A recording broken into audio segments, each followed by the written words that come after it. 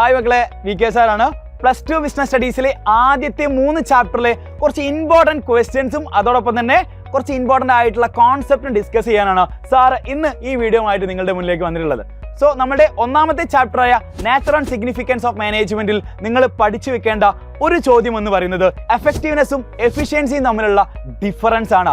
Effectiveness എന്ന് പറയുന്ന സമയത്ത് നമുക്കറിയാം ഡൂയിങ് ദ റൈറ്റ് തിങ് എന്നാണ് നമ്മൾ എഫക്റ്റീവ്നെസ് എന്ന് പറയാറുള്ളത്. അതോടൊപ്പം തന്നെ എഫിഷ്യൻസി എന്ന് പറയുന്ന സമയത്ത് doing the right thing with minimum cost. So ഇതേപോലുള്ള ഡിഫറൻസ് ആണ് നിങ്ങൾ പരീക്ഷയ്ക്ക് എഴുതി വെക്കേണ്ടത്. സോ ഒരു 3 മാർക്കിനോ 2 മാർക്കിനോ ഒക്കെ ആയിരിക്കും ഈ ഭാഗത്ത് നിന്ന് ചോദ്യങ്ങൾ വരാറുള്ളത്. ഇനി അടുത്ത ചോദ്യം എന്ന് പറയുന്നത് ലെവൽസ് ഓഫ് മാനേജ്മെന്റ് ആണ്. നമുക്കറിയാം മാനേജ്മെന്റിനെ 3 ആയിട്ട് ക്ലാസിഫൈ ചെയ്തിട്ടുണ്ട്: top level, middle level and lower level. ഈ ലെവൽസ് പഠിക്കുന്നതോടൊപ്പം തന്നെ നിങ്ങൾ വിത്ത് എക്സാമ്പിളുകൾ ഓരോ ലെവൽസിലെയും പൊസിഷൻസ് കൃത്യമായിട്ട് നിങ്ങൾ പഠിച്ചു വെക്കേണ്ടതുണ്ട്. ഷോർട്ട് എസ്സേ ടൈപ്പ് ആയിട്ടും മാച്ച് ദ ഫോളോയിങ് ക്വസ്റ്റ്യൻസ് ആയിട്ടും ലെവൽസ് ഓഫ് മാനേജ്മെന്റിന് ചോദ്യങ്ങൾ വരാറുണ്ട്. ഇനി ഈ ചാപ്റ്ററിലെ അവസാന ഭാഗത്ത് നമ്മൾ കോർഡിനേഷനെ കുറിച്ച് പഠിക്കുന്നുണ്ട്. So coordination is essence of management എന്ന് പറഞ്ഞാണ് ചോദ്യങ്ങൾ വരാറുള്ളത്. സോ കോർഡിനേഷൻ എന്താണെന്ന് കൃത്യമായിട്ട് അറിഞ്ഞിരിക്കുക. It integrates the all activities in the management. So മാനേജ്മെന്റിലെ എല്ലാ ആക്ടിവിറ്റീസും ഇന്റഗ്രേറ്റ് ചെയ്യുന്ന ഒരു പ്രോസസ്സാണ് കോർഡിനേഷൻ എന്ന് പറയുന്നത്. കോർഡിനേഷൻ പഠിക്കുന്നതോടൊപ്പം തന്നെ ഇമ്പോർട്ടൻസ് നിങ്ങൾ പഠിച്ചു വെക്കുക. ഷോർട്ട് എസ്സേ ടൈപ്പ് ക്വസ്റ്റ്യൻസ് ആണ് കോർഡിനേഷനിൽ വരാറുള്ളത്. ഇനി രണ്ടാമത്തെ ചാപ്റ്ററിലേക്ക് കടക്കുന്ന സമയത്ത് നമുക്കറിയാം പ്രിൻസിപ്പിൾസ് ഓഫ് മാനേജ്മെന്റ് ആണ്. അവിടെ ഒറ്റ പ്രിൻസിപ്പിൾസ് ആണ് നമ്മൾ ഇമ്പോർട്ടൻ്റ് ആയിട്ട് പഠിച്ചു വെക്കേണ്ടത്. പ്രിൻസിപ്പിൾസ് ഓഫ് മാനേജ്മെന്റ് എന്ന് പറയുന്നത് ഹെൻറി ഫയോളിന്റെ 14 പ്രിൻസിപ്പിൾ ആണ്. ഓക്കെ ആണല്ലോ. 14ഓളം പ്രിൻസിപ്പിൾ നമ്മൾ പഠിച്ചു വെക്കേണ്ടതുണ്ട്.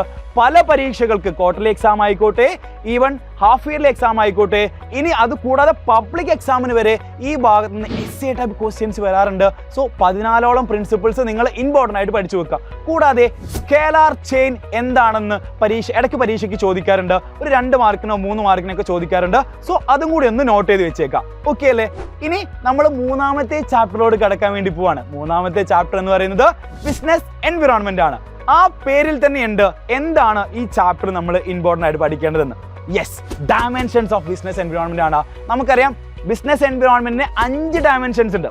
ഏതൊക്കെയാണ്? Political environment, economic environment, technological environment, social environment, legal environment. ഇത്രയും എൻവിറോൺമെന്റ് പഠിക്കുന്നതിനോടൊപ്പം തന്നെ ഓരോ എൻവിറോൺമെന്റിൽ വരുന്ന ഫാക്ടേഴ്സ് അല്ലെങ്കിൽ എക്സാമ്പിളുകൾ നമുക്ക് വേണമെങ്കിൽ പറയാം. ഈ എക്സാമ്പിളുകൾ കൂടി ചേർത്ത് പഠിക്കുക. ബിക്കോസ് ഇവിടെയും മാച്ച് ദ ഫോളോയിങ് ക്വസ്റ്റ്യൻസ് ആയിട്ടും അതോടൊപ്പം തന്നെ ഷോർട്ട് എസ്സേ ടൈപ്പ് ക്വസ്റ്റ്യൻസ് ആയിട്ടും വരാറുണ്ട്.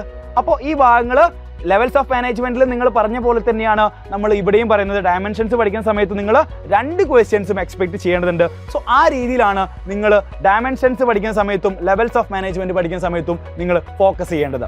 അപ്പോൾ മക്കളെ, ഈ വീഡിയോ നിങ്ങൾക്ക് ഇൻഫോർമേറ്റീവ് ആയിട്ടുണ്ടെന്നുണ്ടെങ്കിൽ നിങ്ങളുടെ ഫ്രണ്ട്സിലേക്കൊക്കെ ഒന്ന് ഈ വീഡിയോ അയച്ചു കൊടുക്കുക. കൂടാതെ നമ്മൾ ഇതുപോലെയുള്ള എക്സ്ക്ലൂസീവ് ആയിട്ടുള്ള ചോദ്യങ്ങളും എക്സ്പെക്റ്റഡ് ക്വസ്റ്റ്യൻസും PYQ ഒക്കെ നമ്മൾ യുവ ബാച്ചിൽ ഡിസ്കസ് ചെയ്യുന്നുണ്ട്. അപ്പോൾ യുവ ബാച്ചിൽ ജോയിൻ ചെയ്യാത്തവരാണ് നിങ്ങൾ എന്നുണ്ടെങ്കിൽ എത്രയും പെട്ടെന്ന് താഴെ കാണുന്ന നമ്പറിൽ വിളിച്ചിട്ട് യുവ ബാച്ചിൽ ജോയിൻ ചെയ്യുക. സോ നമുക്ക് ഇതേപോലെ ബിസിനസ് സ്റ്റഡീസിലെ ഓരോ കോൺസെപ്റ്റുകളും ചോദ്യങ്ങളും എല്ലാം രസകരമായിട്ട് പഠിച്ചു പോവാം. So happy learning.